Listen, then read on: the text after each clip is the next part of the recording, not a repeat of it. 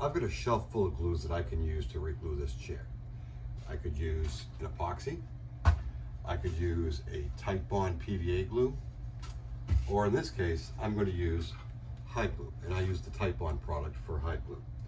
Whenever I'm restoring or repairing the joints of a chair, so the dowel rungs into the mortises, I'm going to use the hide glue. And the reason for that is that's what the antique furniture, that's what they would have made furniture out of back in the day.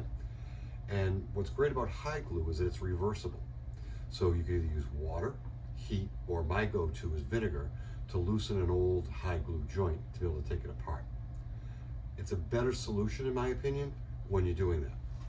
Now, if you've got a break, or if you remember on the crest rail, we had a sliver that was broken off that you want a semi-permanent repair, you're going to want to use a Type Bond 2 or a Type Bond 3 to glue that up. It's not a joint, it's a repair to the piece of wood. So I'll use that. And then my last resort is going to be an epoxy. Now, none of these products, I'm not sponsored by any of these folks, but I like the West System G-Flex epoxy. It's great for filling gaps. So when we actually glue this leg together, there's probably going to be some gaps when I insert the dowel into the hole. So in order to fill that gap, I can't use a tight bond PVA glue. I can't use a hide glue. I want to use an epoxy because that epoxy will fill any gaps that are there.